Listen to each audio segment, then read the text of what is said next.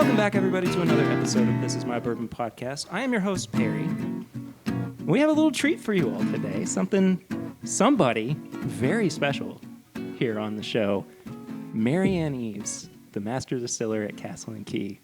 Marianne, welcome to the show. Thank you so much for having me, Perry. I'm excited. Yeah, I'm so happy to have you on. We've kind of been chatting back and forth a little bit trying to make this happen, and it finally came around. We connected at an event last year, and it was finally nice to put a name with a face and get to know you a little bit. So just so happy to be able to sit down with you. Sure. It finally worked out. It did, absolutely. So of course we're going to be chatting with Marianne about everybody's wondering when's the bourbon coming out. So we're going to talk a little bit about that. We're going to talk about where the inspiration for Castle and Key came from, the process that went into renovating the old Taylor Distillery too. But one thing I like to ask people when we start the show off is, what have you been drinking recently? So what have you been drinking recently, Marianne? We started this fun thing at Castle and Key. One of my distillery shift leaders decided that we should do a sample swab. So a lot of what I've been tasting recently is random things that I probably never would have picked up myself. I have a sample. Right now, I don't know what it is because it doesn't have a label on it. But actually, when I've been out recently, I've been drinking either gin cocktails or cachaça. What's that? Cachaça is a Brazilian spirit. It's a lot like rum, but they don't want you to call it Brazilian rum. Is it so at what's the restaurant in the Summit in Lexington? Texas de Brazil. Okay, yeah. I think they serve it there. Oh, I'm sure they do. I think so. Yeah. It's like super high proof, right? Are we talking about the same thing, or are we talking about something different? Some of it probably is super Okay. high proof. The ones that I tried were probably more reasonable. Maybe like the Americanized cachaça. Sure. Yeah. It's cool. It's a totally different flavor profile. And what I find most interesting about it is their maturation process. I want to learn more about it still, because I think that's something that could inspire a future product for us. Yeah. But they use all sorts of different types of wood, not just one. Like we always use oak. Sure. Occasionally you'll see somebody finishing in a weird type of wood. But Right. It's really cool that is one of the things that is the essence of their spirit, are these different wood components. Right. Yeah.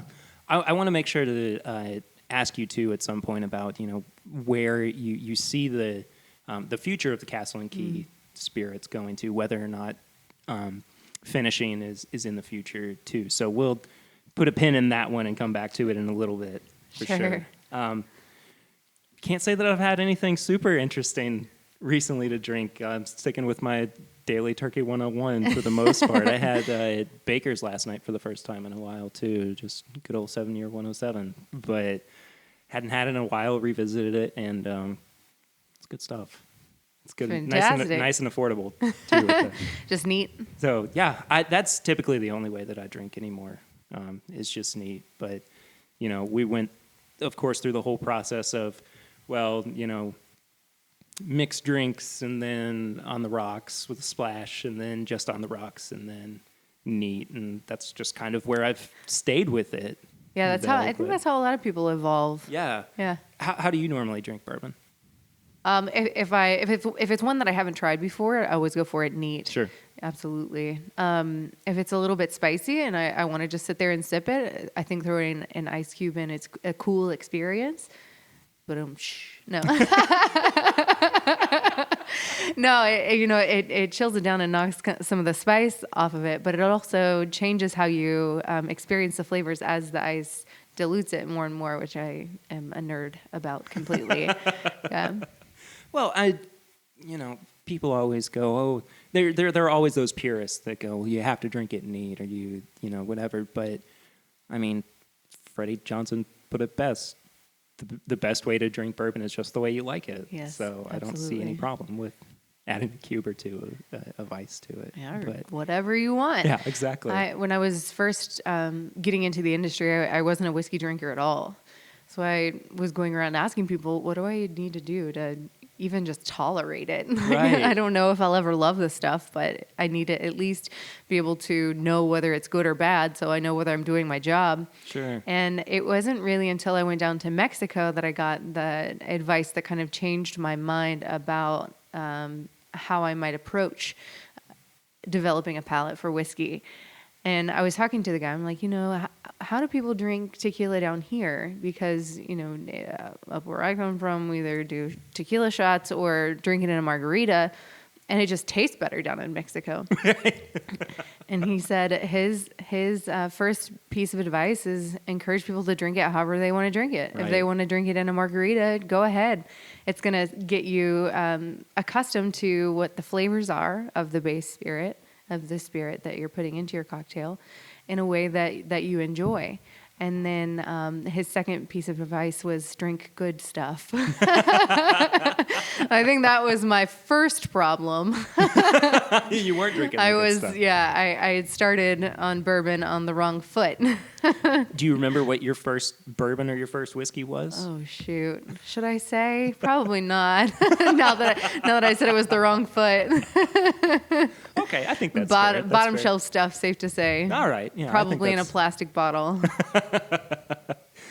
So you said at first that you weren't a whiskey drinker immediately. What were you drinking at that point then? Was it really just tequila, just margaritas, or?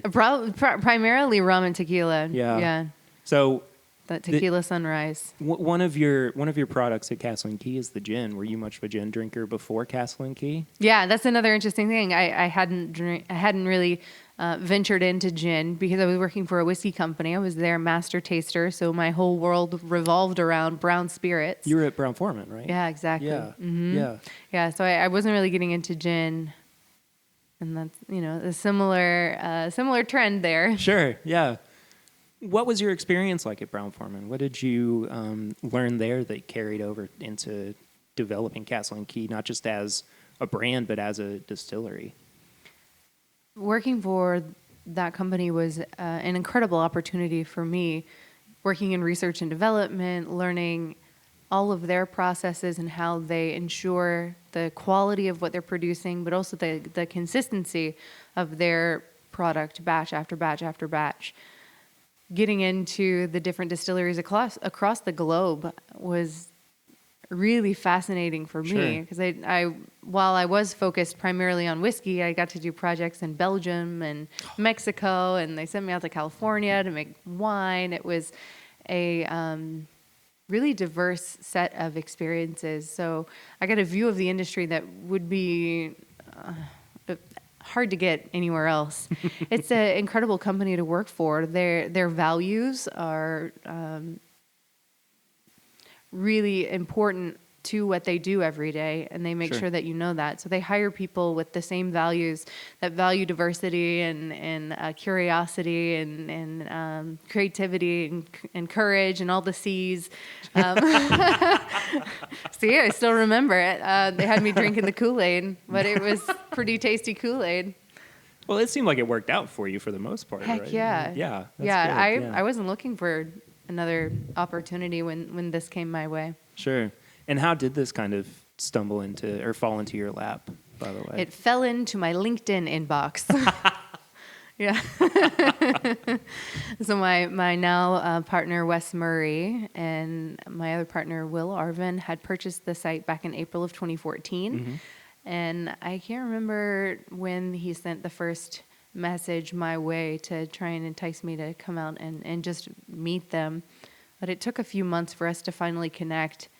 And I think it was really curiosity that got the best of me. Sure. I had heard around through the grapevine at Brown Forman that these two lawyers that didn't know anything about whiskey had bought this dilapidated distillery, and good luck to them. Sure. It's only partially true. They're both kind of crazy. I think we all are. Everybody thought that we were. Everybody told us that we were for taking on this Herculean effort to revive what was, essentially a Walking Dead set. Sure. Well, what was the renovation process like, the restoration process of the Old Taylor Distillery like? I mean, was it were you surprised in any way at how quickly it came together, or was it really challenging? Was it a day-to-day kind of battle with the grounds? I am happy to hear you say how quickly it came together, because for us, it really felt, it felt like, well, and I say this to people sometimes, I was still young in my career at Brown-Forman, truly. If you think about the industry as a whole, when I got started over here at Castle and Key, I mean, people still look at me more rare now than it was when I started. But are you even old enough to drink? That's a good one. That's right? Yeah. Uh-huh. Yeah. But when I started, it was the beginning of 2015. And we thought by November in 2015 that we'd have the site open, we'd be hosting tours, we'd be making booze, it'd all be going swimmingly, and get a little bit closer and realize, wow, there's maybe a little bit more to it than any one of us realized. Sure. I had done plenty of process improvement projects, created innovative new recipes for my former employer. But what I hadn't done was build a brand from scratch and, define my own recipe, select my suppliers, create the whole process of engineering from, start to finish, while rebuilding this beautiful historic site and trying to decode the engineering and inner workings of what they were doing, almost half a century ago.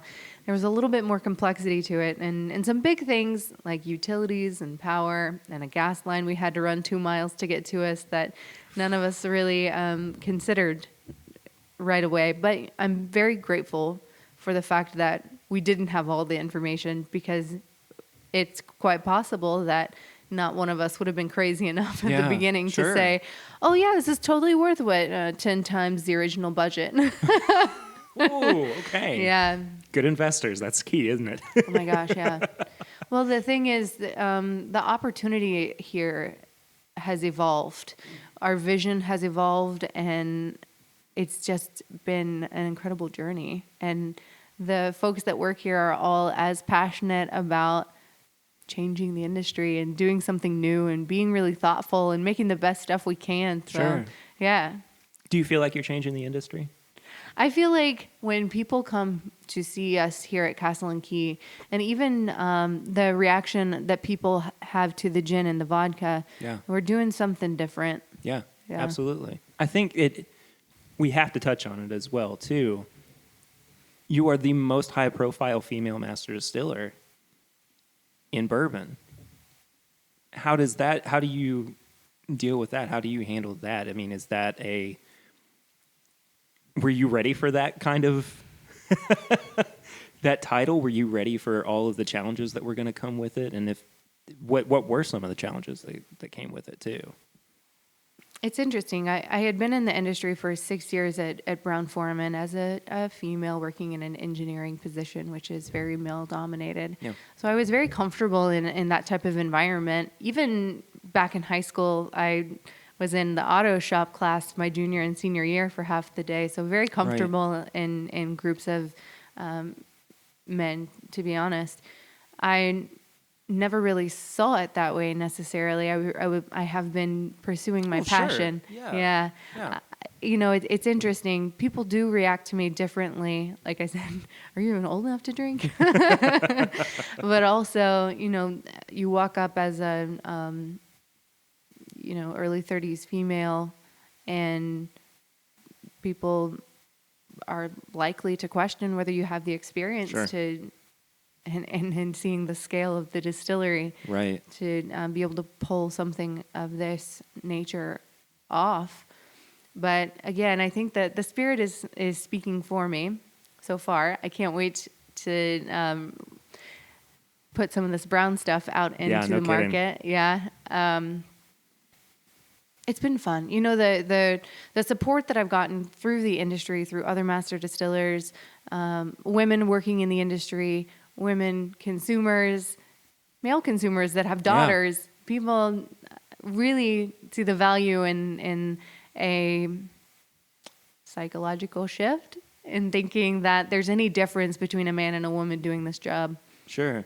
And I think it's interesting too that it's not just for the industry itself, or just for who is working towards making bourbon, but also just at its core, who is a bourbon drinker? Who are the bourbon drinkers of the world? And by challenging that stigma or that notion, I think you are opening the gates for other people to really, want to try this and want to establish themselves in the world. So kudos to you for doing that. Thank you. For sure. Of course. You. Are you inspired when you come to this distillery every day, when you see the history and and how does it inspire you? This place is very magical. It's a very historic place. You can feel the spirit of it, the history of it as you walk around. It's also unique in its architecture, and the feeling is almost like you've been transported to Europe. Yeah. It's a unique place in Kentucky for sure, but I think in probably the world, because of what it stands for. It's a bourbon icon. It was built by the father of modern bourbon, and the milestones hit at this facility, not only for the process, but for how we talk about it, how we experience it. It's incredible, some incredible footsteps to follow. Sure. Along this property, and to think about everything that has conspired here. I saw you questioning, going, "Is this the way I want to phrase that?" But I think that was a good approximation for sure. Yeah. So let's talk about the bourbon then, because that's what everybody wants to know. Not just when it's going to come out, but what's it going to be like? So let's first start off. When is the expected release date for the first bourbon distillate from Castle and Key? Well, I mentioned when we were chatting earlier that I started at the beginning of 2015, and we thought by November we'd be up and running. Well, it was just about a year after that original timeline. So we started distilling in November of 2016. Right. Started barreling in December. We had some permits still on some of our buildings that needed to be pushed through. So if you're good at math, then that means that our bourbon, our oldest bourbon and oldest rye just turned 2 this past December. Right. And our plan is to keep it at minimum 4 years, but we don't have a stopwatch on it. Sure. We're not just going to say, all right, 4 years on the dot, it's its birthday, it goes into a bottle now. It has everything to do with flavor. Yeah, It's absolutely. such a hugely important first impression for Castle and Key, Definitely. but even more so, I think, for me. I took a big risk Sure. leaving a globally distributed brand to start my own, and I think I've got something to prove. But it sounds like you're up to the task. I mean, and what I mean by that is not just your confidence, but just the way that you go. It's got to be right. Mm. So, I think you're on track to do that the way that you want to. What about the flavor profile that we can kind of expect from it? What were you aiming for with the palette on Castle and Key products? So we've got 4 bourbon recipes that we make. We've got 2 mash bills, 2 yeast strains. Wow. And then we have 2 rye recipes, 1 mash bill, 2 yeast strains. Mm-hmm. The way I developed our mash bill and selected the 2 yeast strains was based on a historic bottle of Old Taylor bourbon that was produced here by Colonel Taylor in 1917. It was an antique bottle. Wow. It was the first Old Taylor that my partners and I tasted together when I joined the distillery team. And to say that the profile was inspiring, I don't know that it's enough. I had tasted antique spirits before, but nothing quite like this. Sure. Old Taylor, and I'm sure many of the folks that follow your podcast know that it's known for this beautiful sweetness, this butterscotch note. Mm-hmm. Right. And that was one thing that was really important to me to bring out in our recipe. And Colonel Taylor wasn't a shy man. He marketed himself in this place and his bourbon a lot. So it was pretty easy to find the fact that he preferred white corn. He used a lot of malted barley. So we used some of those guidelines to create within. So I didn't want to replicate what Colonel Taylor was producing exactly. I still wanted this to be completely our own with Sure. my thumbprint on it, or signature rather. Sure, yeah. Yeah. Quite literally. Yeah. So we actually had a little bit of that 1917 bourbon analyzed at a laboratory in Danville. Cool. Some people are probably familiar with Firm Solutions. Yes. The guys there at Wilderness Trail, super Yeah. smart science guys. We like to nerd out together. And I sent them a little sample of it, and they confirmed, yes, white corn, it had some rye in it, a high percentage of barley. And from that sample, we're also able to identify genetically similar yeast strain. So That's crazy. Yeah. So that's like our most historically based recipe. Yeah. It's 73% corn, Okay. 10% Kentucky grown rye, and 17% barley. That is a high barley content. Yes. Wow. Yeah. Colonel Taylor actually promoted that he was using at least 2 times the amount of anybody else in the industry. No kidding. We've got that one, the traditional rye-based recipe. And then we also are making a wheated bourbon recipe. So it's the same percentages, except 10% wheat instead of rye. And when you taste them side by side, it's significant, the difference. And we have tried both red wheat and white wheat. We wanted to do our own experimentation to confirm, one way or the other, what we preferred. And I worked for a company that had been doing R&D for decades, and this is a whole new property. It's in a whole new environment. The warehouses are different. Our barrel source is different. So to ask the same questions to get our own answers was important to me. I learned a lot at my time working for Brown-Forman, and they make beautiful spirits, but I didn't want to make, another Brown-Forman spirit. I wanted to make a Castle and Key spirit. So that's the bourbon. We've got the 2 yeast strains, and then the rye whiskey recipe. So we're doing all of this different stuff, all of this variety, because we're all millennials here. Most of the team, is really young, and there's very few of us that sit down and drink. Well, I'm not gonna knock your wild turkey, but all right. There's very few of us that sit down every night and pick up the same bottle. Sure. So we wanted to have that variety within our portfolio. Right, So the rye whiskey that we produce, it's 63% of that Kentucky grown rye, which is, it's got a unique character. Yeah. It's a little spicier than your more typical sourced Canadian or German ryes. Okay. It's more herbal and floral. Interesting. Yeah. Okay. It's really beautiful. I like it a lot. It's interesting. So I mentioned I have a good rapport with some other master distillers in the industry. One that retired not too long after we took over the operation here has been working with one of our contract clients to collaborate on a recipe. Mm-hmm. And I showed some of our Kentucky grown rye to him, and you should have seen the look on his face. He was disgusted. I mean, after 40 probably plus years of making the same product day after day, you're so in tune with just that one thing that any variance is offensive. So he was offended, but we're really, really, really happy with the way that the rye is coming along. It's really special, and that'll hit the market a little bit sooner. So we mentioned at least 4 years for the bourbon, but the rye, maybe about a year from now. Yeah. Mm-hmm. Oh, that's so exciting. Oh man, I can't wait. Well, I was thinking about this while you were talking about analyzing the sample from the 1917 Taylor.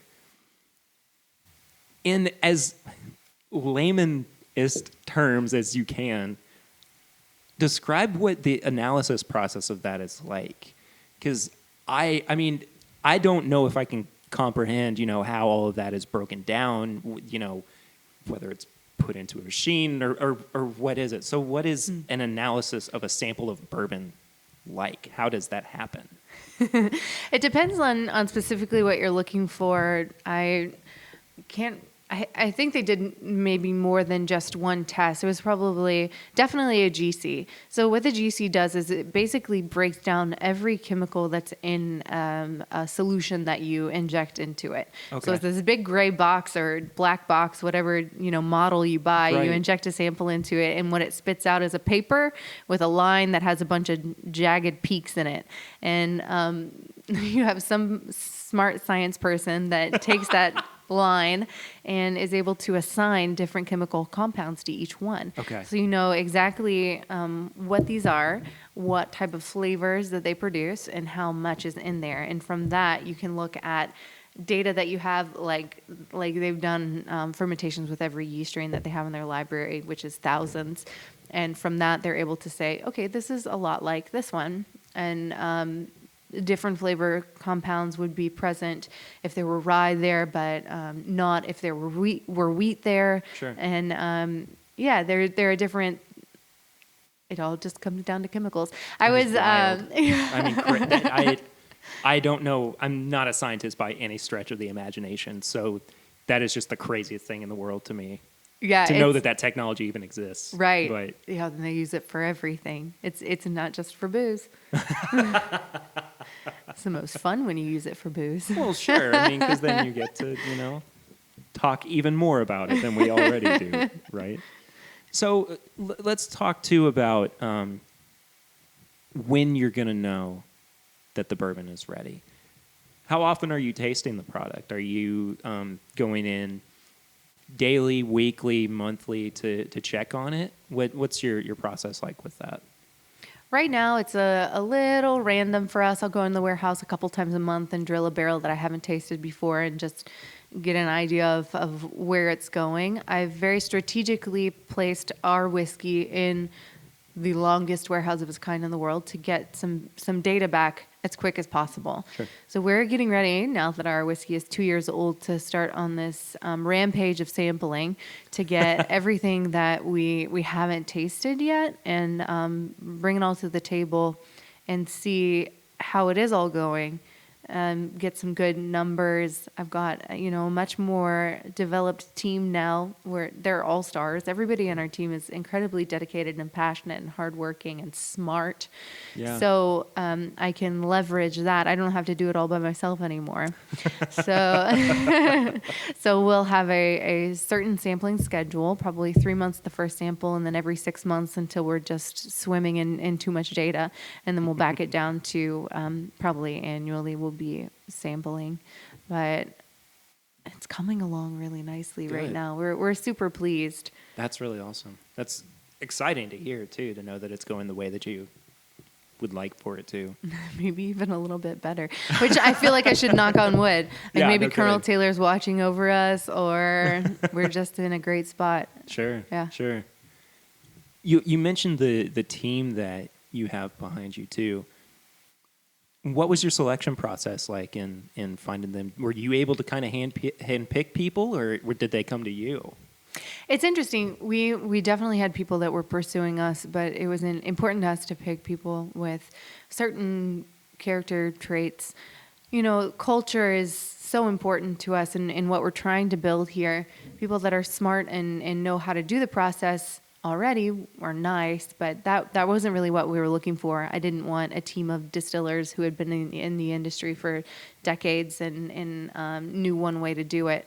I have people on my team that were chefs and musicians and in the automotive industry and making algae and all these different things. Yeah, construction. It's and some that are just out of college. Chemical engineers on the crew working in the distillery with me. It's a very diverse team, but what it comes down to is people that believe in what we're doing and care. Yeah. That actually brings up a good question, too, that somebody had put forth for me to ask you, too, is how do you view this kind of shift of master distillers in the industry who don't necessarily have 30-plus years of experience in the industry? Is it something that we're going to see more of? Do you think that there is this kind of new crop of folks that are going to come up into the game? Or, is there always going to be that kind of underlying well, this guy has a whole lot of experience, so he's got to know what he's talking about. And how do you kind of fit into that too? Yeah. So at the time that I joined the team here at Castle and Key, before we had anything going on in the distillery, I had been working for my former employer for about 6 years. So at this point, I have about 10 years in the seat, and we've been distilling for 2 of them. I think not everybody learns at the same rate of speed. That is and very fair. yeah. Not to say I'm some like bourbon savant, but it's interesting when you're passionate about something. Every minute of the day, you're thinking about it and trying to figure out, what else you can learn about it. So I was really, basically working 2 full-time jobs while I was working for Brown-Forman, because I wanted to be involved in everything that I possibly could be. Yeah. So I got a tremendous amount of experience. I had the technical background. I have a pretty good palate, so I think that set me apart.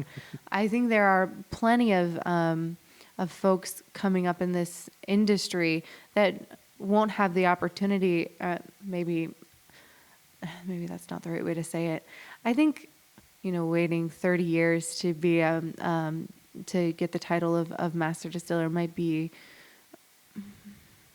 I don't want to be disrespectful in any way to the tradition of the industry, but I just think the proof is in what you make. Sure. I think that's a totally fair point to make. I mean, age is only a number. Time is not to get too meta, but time is very abstract and everything. So I'm on board with that sentiment.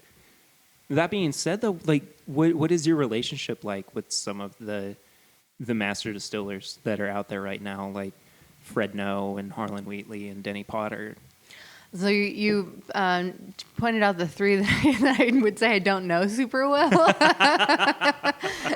Denny and I have met a couple times. I haven't had any significant conversation with Harlan. He's a hard man to pin down. Yeah, Fred and I know young Freddie better than I know Fred. We've met a few times, and my parents are very fond of Fred. He's such a character in this industry. Very much like his dad was. Oh, absolutely. Yeah. So I hope that we will get to know each other a little bit better as time goes on. But, I would say like Greg Davis, who was the master distiller at Four Roses, Brent Elliott, Connor O'Driscoll, who just took over at Heaven Hill. Right. We were very close when we were working for Brown-Forman. Jim Rutledge, former Four Roses Master Distiller, has been here quite a bit. Yeah. And then, some folks who are in the industry as consultants now that were on the production side, plant managers, essentially master distillers without the title, that seem to be very pleased with what we're doing. And, it's very gratifying and maybe... Rewarding? Shoot. Well, it is super rewarding. Yeah. There was another word that I was looking for, like, validating. Oh, sure. Yeah. And not that, I trust my palate and I trust what I know, but to have someone who's been in the seat for, almost 40 plus years or something like that, that have been in and out of a distillery every day, to say, this is good stuff. Yeah. That's incredible. What's your palate like then? Because you've mentioned you trust your palate. What do you kind of lean towards? What do you gravitate towards in terms of bourbon or whiskey? It's interesting. When I first, of course, made the switch, I was still so in tune with the Brown-Forman profile. So I liked a spicy, robust flavor profile. Mm-hmm. Because a lot of their recipes have a significant amount of rye in them. But as I started to develop my own, and particularly after tasting that historic or antique Old Taylor bottle, I have a sweet tooth. There's no doubt about that. The Woodford Reserve Double Oaked is one of my favorites for sure, because it's got all that sweetness to it. So you'll see an infusion of that in our brand. But I wouldn't say that I'm going to pin us down to one thing. I, like most millennials, like trying new flavors. And I want to offer something that always has something different to offer, I guess is the right way to say it. Always producing this high standard of quality, but not holding ourselves to one consistent flavor profile. Yeah. Being able to embrace whatever characteristics the barrels are expressing in that season or that year and put something unique on the shelf. Well, if you're not drinking Castle and Key, or you're not drinking, what are you drinking then? Maybe bourbon wise. Bourbon wise, I love Russells. I drink a lot of Russells. Yeah. And you were knocking my Turkey 101. No, I mean, wasn't knocking your Turkey 101. You just said you are consistently drinking the Turkey 101. I'm just kidding. So that was the only comment I was making. I guess, what do I have at home right now? I've got some Willet. I've got some Four Roses. I like Japanese whiskey too. I have some Nika, some single cask. I got a little bit of Scotch at home. Gosh, I still love the Woodford. I shouldn't say that. The rye. I worked the Woodford rye. The Woodford rye. Yeah. I really like. There's so many good ones to choose from. It's Knob Creek is nice. It's hard. You want to support all your friends, but Sure. not all of them are making a whiskey I want to drink every day. And that's fair. Outside of the 1917 Taylor that kind of set you on this path towards what you wanted to do with Castle and Key, what was one of your most formative bourbon drinking experiences that kind of cemented the fact that this is what you wanted to do or this is what you were supposed to be doing? Like being in this industry? Sure. Or just in general. In respect to Castle and Key? Sure. Okay. That's two pretty different things. I don't know that aside from the 1917 that there was anything else that I tried that really had any impact on how we ended up developing the flavor profile for our bourbon. Being in the industry, I was very involved in the Old Forester single barrel program as well as the Woodford programs that they had together as a master taster. They had me doing the Dog and Pony show, which is so much fun. And you get Are you sure? doing the behind the scenes stuff to get ready for those experiences because I wanted to make sure that I tasted every single barrel before we put it in front of a customer because there was no way that it would be good for the brand if you rolled out a skunk. Sure. And, it just does happen sometimes. There are barrels that either they're coming along slowly or something happened in the barrel because it's a little bit unpredictable. But being out there in the warehouse by myself, tapping rows of barrels, 20, 30, 40 at a time, just to see what the flavors are like, you hit some incredible flavor profiles. Yeah. And that was really inspiring. One time down at Woodford, it was a single barrel Woodford double oaked. And I loved doing that program.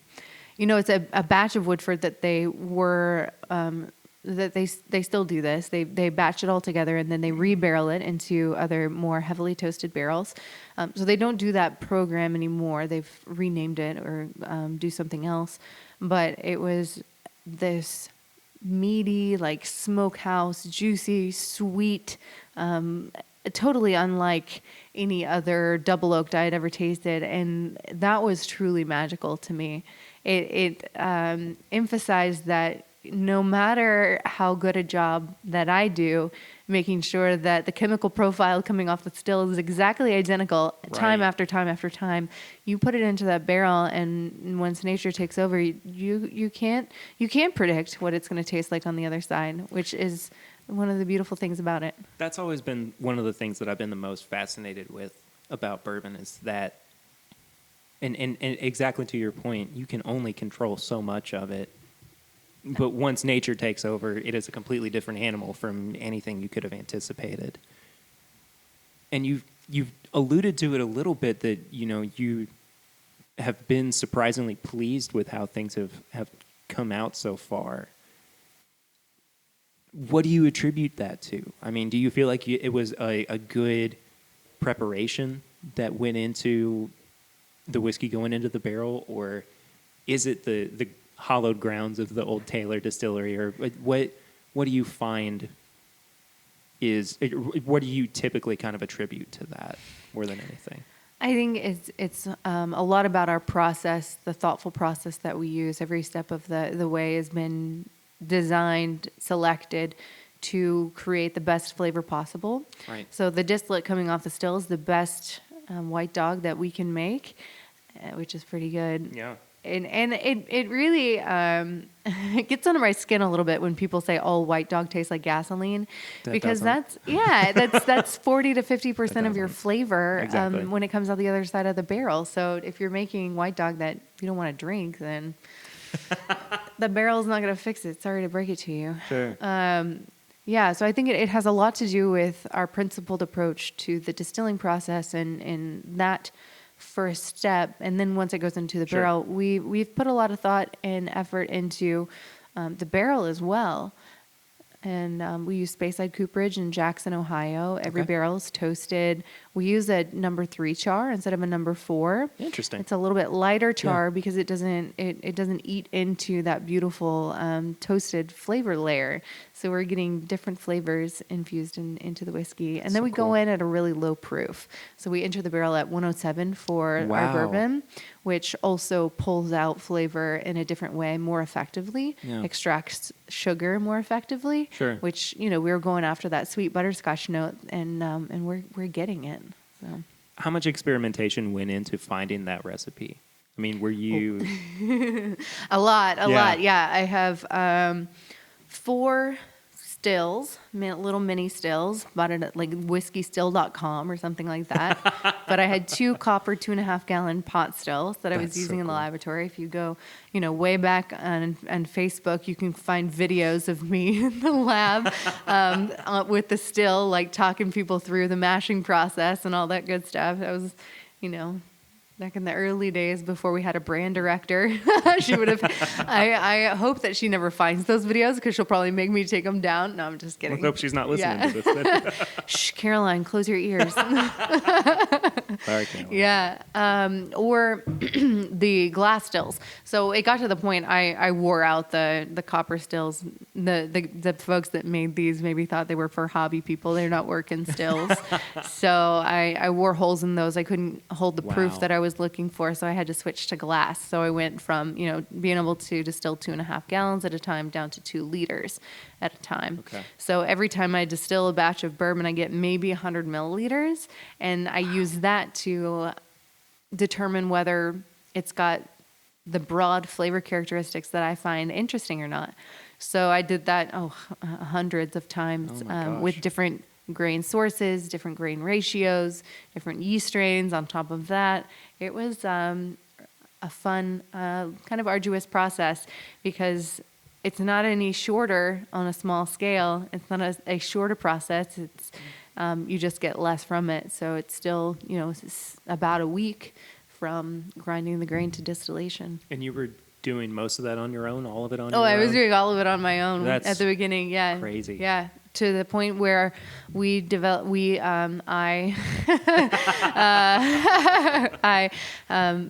stuck a fork in what the recipe would be. It was just me in the lab. At the tail end of it, we brought on our brand ambassador, Brett Connors, and he was a tremendous help doing mashing and doing some unique mashing and distillation, particularly for some of the contract clients whom I developed the recipes for. Yeah. That's really cool. I mean, just to know that you really did build the flavor profile from the ground up on your own. I mean, that is fascinating to me and really very cool. What's your day-to-day like at the distillery? How often are you here? Are you here days maybe on end sometimes? Or what's it like for you? Yeah. I there was a stretch there when people were asking me if I ever went home. They're like, but weren't you here at 1 this morning? Weren't you here at 4 this morning? Weren't you here at 11 last night? Like, why haven't you gone home? I've slept in my car many times. I've slept up here in the leather chairs in the office a time or two. It's all been a labor of love. And when you're super passionate about something and have a brand new team that really wants to learn but don't quite have the hang of it yet, and it is, again, my signature there on the bottle.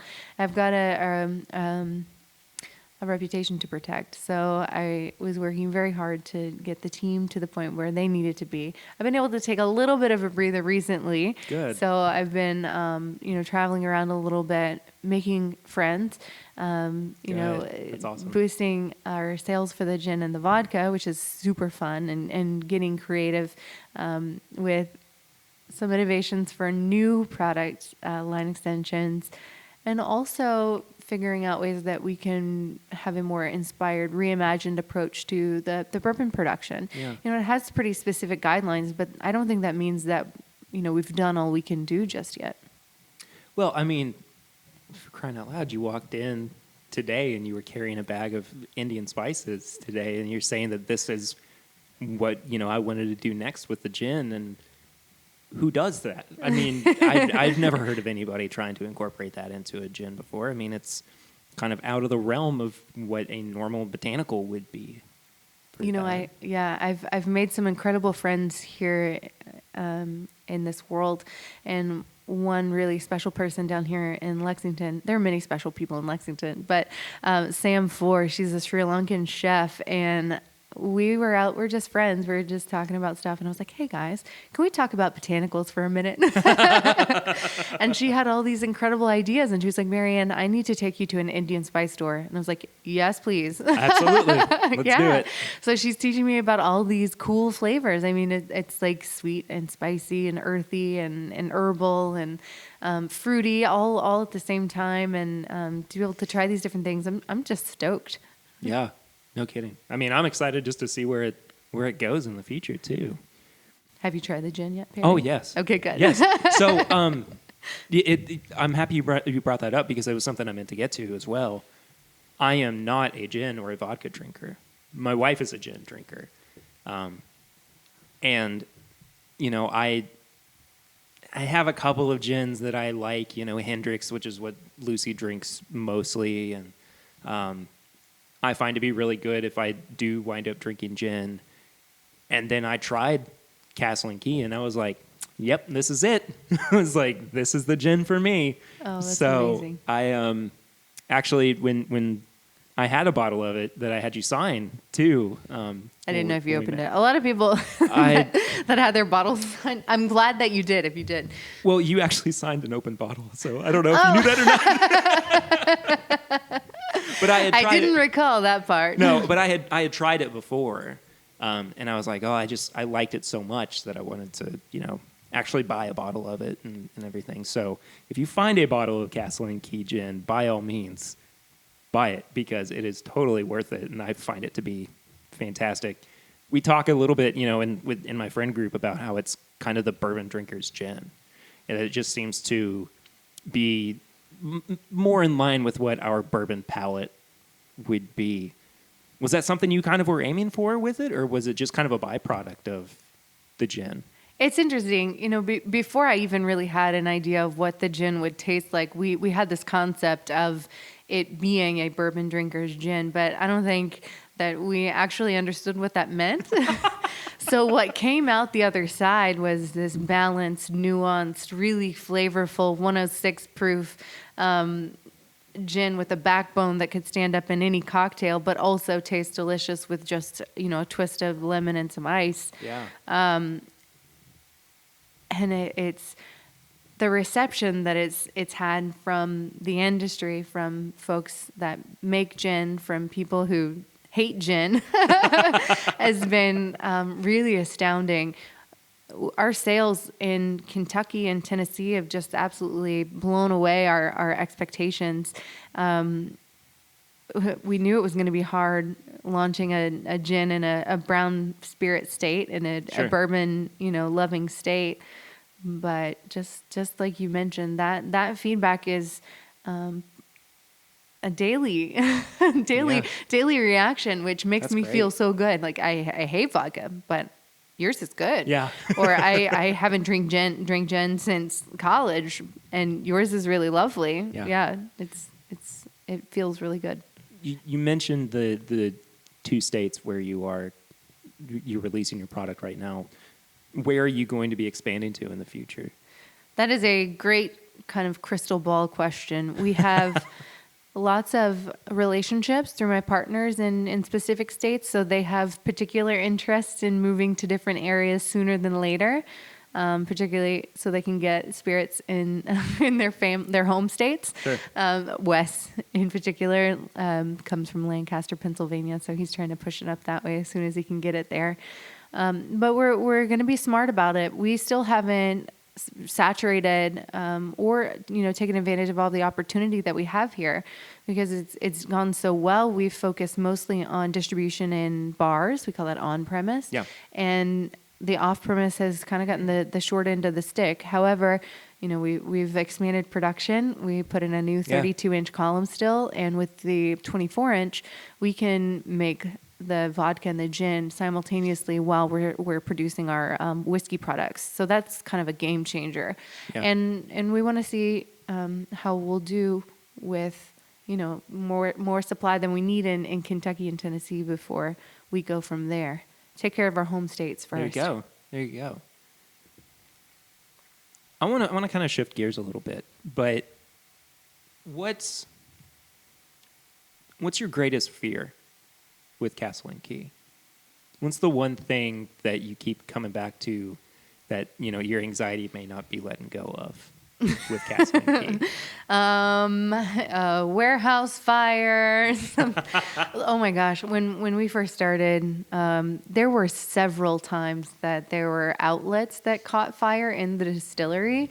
I don't think that that's a problem anymore. So please don't be scared to come visit Castle and Key and take a tour. Knock on wood. But yeah, I mean, just the kind of freak of nature or force of nature accidents that can happen, you can't really predict it. We had this crazy 100-year flood come through a month before we were supposed to open the distillery. Every single pump in the distillery had to be rebuilt. We had to total air compressor. The mill was underwater. All the electrical panels are going to be replaced. Our boiler was sitting in water. It was this devastating thing. And our night shift crew was here, trying to battle that. One of our guys waded through waist high water to turn off some things that were really vital to our process. So I don't know, and it's not something. Every heavy rain after that flood, it was a nervous night for me, but Sure. I'm just incredibly proud of what we've accomplished thus far, and the opportunity for us ahead if we are collectively moving toward it together, aligned and bought in. I don't think there's anything that we can't do. What's been the greatest challenge in trying to get the distillery off the ground then? The things that we didn't know. Sure. Yeah, it's just been giving ourselves enough time to test things properly, little bugs here and there, having the right partners. We have an incredible partner in Clark Mechanical, our pipe fitters. The electrical folks that we use, they've kind of evolved over time. We finally got a great one. I don't know, it's just kind of having the patience to work through all of those things and not try and push the start button before all the pieces are connected. And I'm sure you were very anxious to get that off the ground because, I mean, seeing almost literally the future laid out in front of you, I mean, gosh, I would be chomping at the bit too, just to move on to the next thing past the restoration of the it's the been site. it's been a beautiful process and a frustrating process and really rewarding and also infuriating in moments, but it's really easy to take for granted all of the hard work that we've put in and totally miss everything that we've accomplished, looking toward what's next.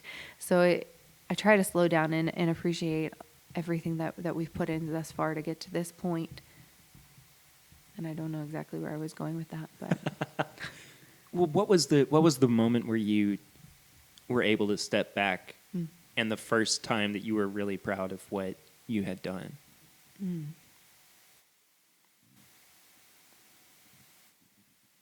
Gosh, that's a tough question.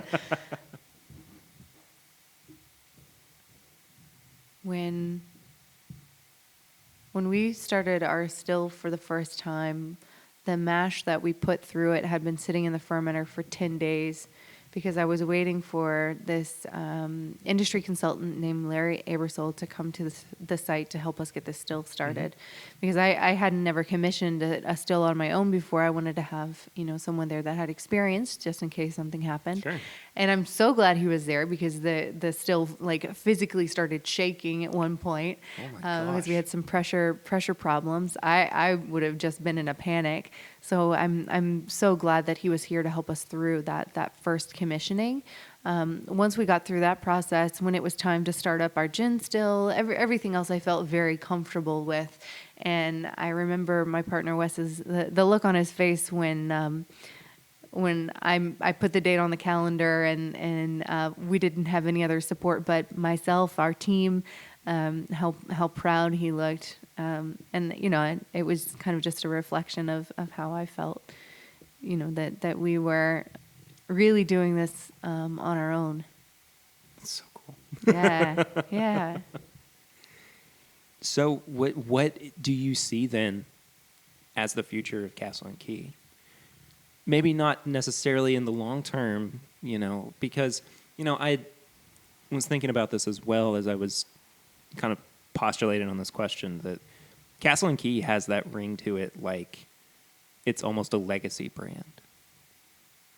So regardless of whether you're thinking 50, 100 years into the future, what both sides of the coin, where do you want the brand to grow immediately, and do you see this as a mainstay in the bourbon industry for years to come?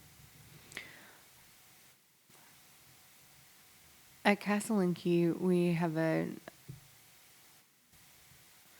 particular affinity for doing things differently, not just for the sake of doing them differently, but trying to reimagine or just conceptualize how things can be done differently. Not getting stuck in tradition, questioning it in a lot of cases, but to know that it's to elevate the industry still.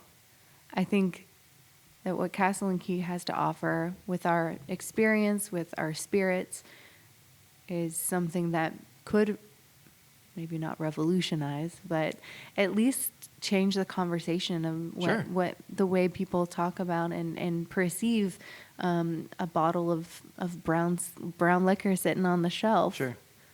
I'm so excited about what this site could turn into. We have buildings still that haven't been touched, continuing to elevate the experience that our consumers have when they come here to site, putting a hotel here, a restaurant, a full restaurant, a bar, a place that people will really want to come and hang out at, a true destination, just like it was when Colonel Taylor built it in the 1800s, but bringing it back in a way that honors his legacy, but also is right for now. Yeah. And then with the spirits, kind of the same thing, not being scared to embrace the nuance of each unique release that we might put out there, and being able to convey to our consumers that differences in flavor don't mean, that it's made inconsistently. It's a byproduct of the process that is beautiful and should be celebrated. So cool. One thing that I've been thinking about recently, because it was a question that was put forth to me by one of the listeners of the show, is rooted in the tradition of bourbon, and that's bottled and bond. And I feel like we'd be doing a disservice to the legacy of Colonel Taylor too by sitting here and not talking about the Bottled and Bond Act. I remember reading recently somebody saying that Bottled and Bond now was more of a gimmick, and that it wasn't necessarily something that was vital to the bourbon industry, despite the fact that it was when it was first introduced. How do you view that? Do you think that Bottled and Bond still has a viable place in the world of bourbon, or is it a thing of the past that we can put to rest eventually? The spirit of Bottle and Bond, I think, is very important to the industry, that we hold that value of honesty and quality and transparency at the forefront of everything that we do. There are some particularly challenging aspects of the specific regulations that make up the Bottle and Bond Act. One in particular that makes it very difficult and kind of constrains my artistic expressional Sure. ability is the 6-month rule. You know, you have to batch within one season. Right. So Right. that's particularly challenging for a brand that doesn't have a ton of stock in the warehouse to play with.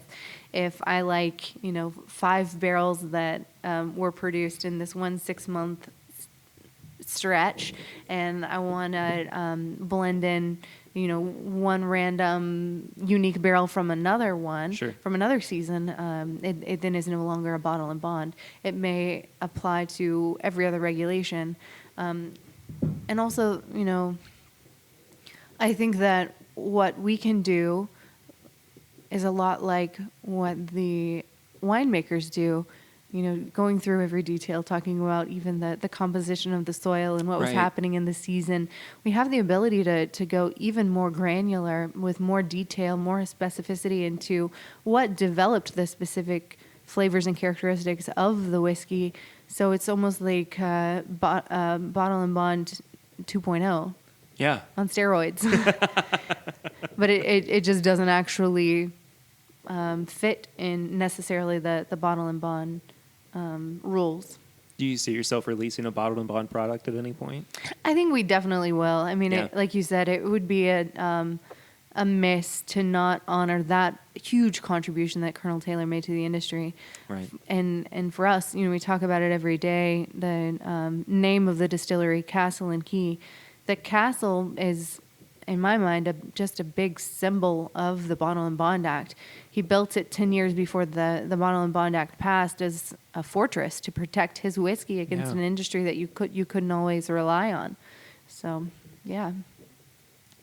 So what about, we talked about this at the beginning too. What kind of further experimentation do you want to do with your products? Do you see, finishing coming into play? Do you see maybe, another mash bill being thrown into the mix at some point too? What do you want to do with the brand in terms of, screw it, let's just try something else?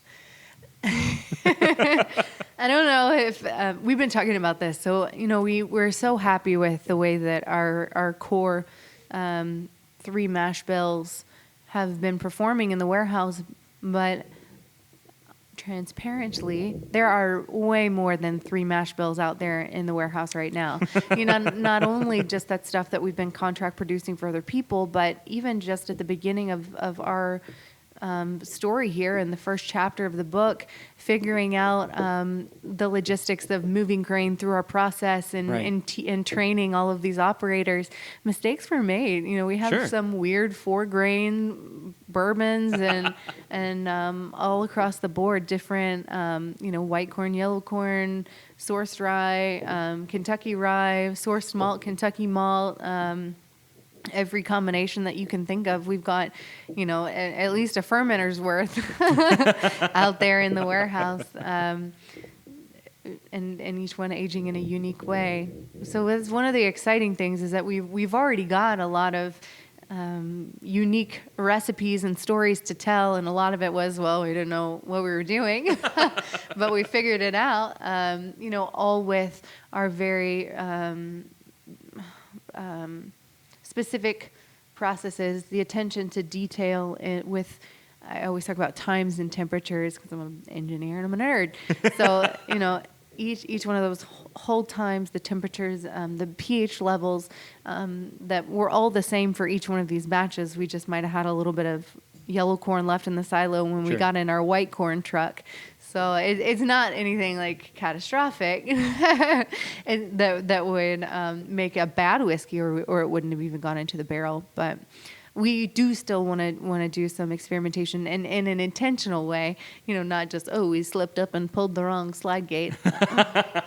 But yes, I want to try a lot of things, and there are some things that probably won't share on the blog. That's fine. But things that I haven't ever heard of being done before. And I mentioned cachaça earlier, because I think is a fascinating concept to embrace all of these different types of woods. The cooperage that we use, Speyside, they have a large used barrel cooperage in Shepherdsville, Kentucky. And I've been there to visit them. I took our team of warehousemen to learn from their master cooper and get a little barrel repair course, which they didn't include me on. But I was walking around with their head guy looking at all these unique barrels, so I was well entertained. But what I found while I was there, they have such tremendous contacts around the world with different spirits producers, selling them bourbon barrels, but also purchasing back used barrels from them so that they can resell it. So having access to all these incredible different types of woods or different spirits that these barrels have held, I'm stoked. It's I think gone are the days that everybody is just finishing in a used bourbon barrel. There's such a wide array of beautiful flavors out there to tap into. So in the spirit of cachaça and maybe using some of those Brazilian rainforest woods for certain projects, that's something that's super interesting to me is finishing, particularly in gin, but we will be playing with it in the whiskeys for sure. I have no doubt.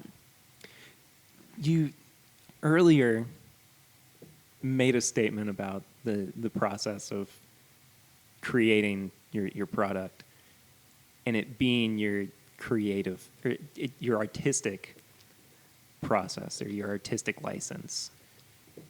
Do you kind of find or view, maybe not necessarily as a whole, but more importantly, the way that you have crafted Castle and Key as your art form?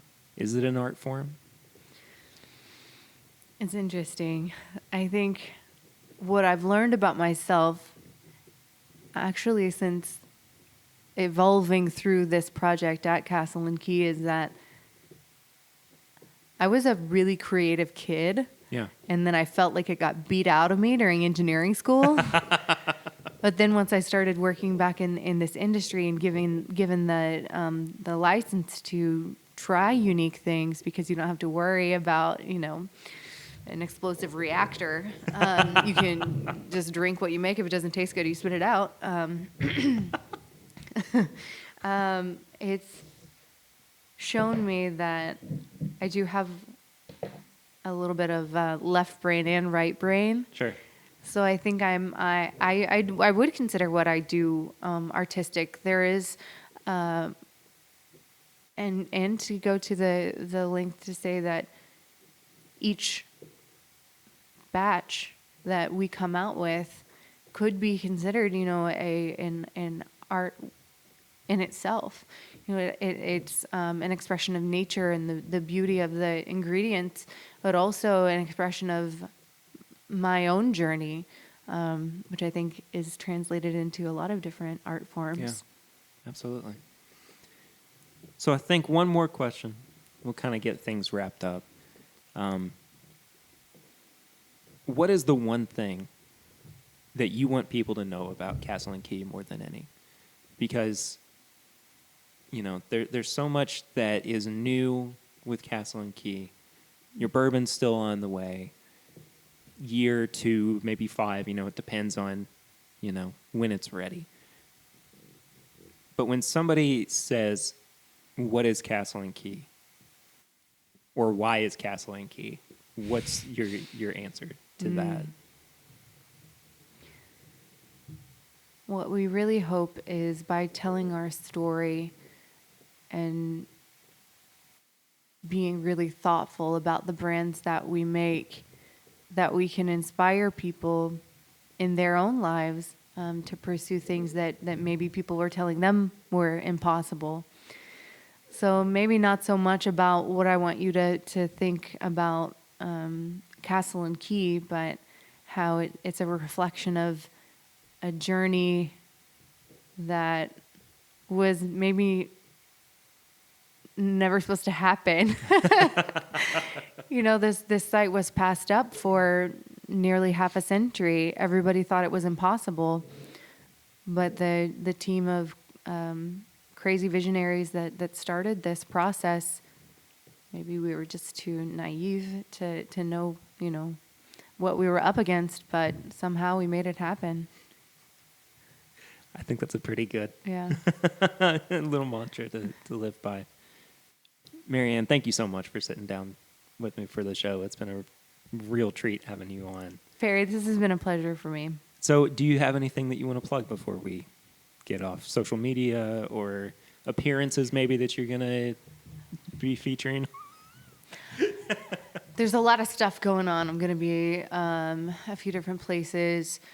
The New Orleans Bourbon Festival, I'm going to be down there doing a women's panel. That's in March.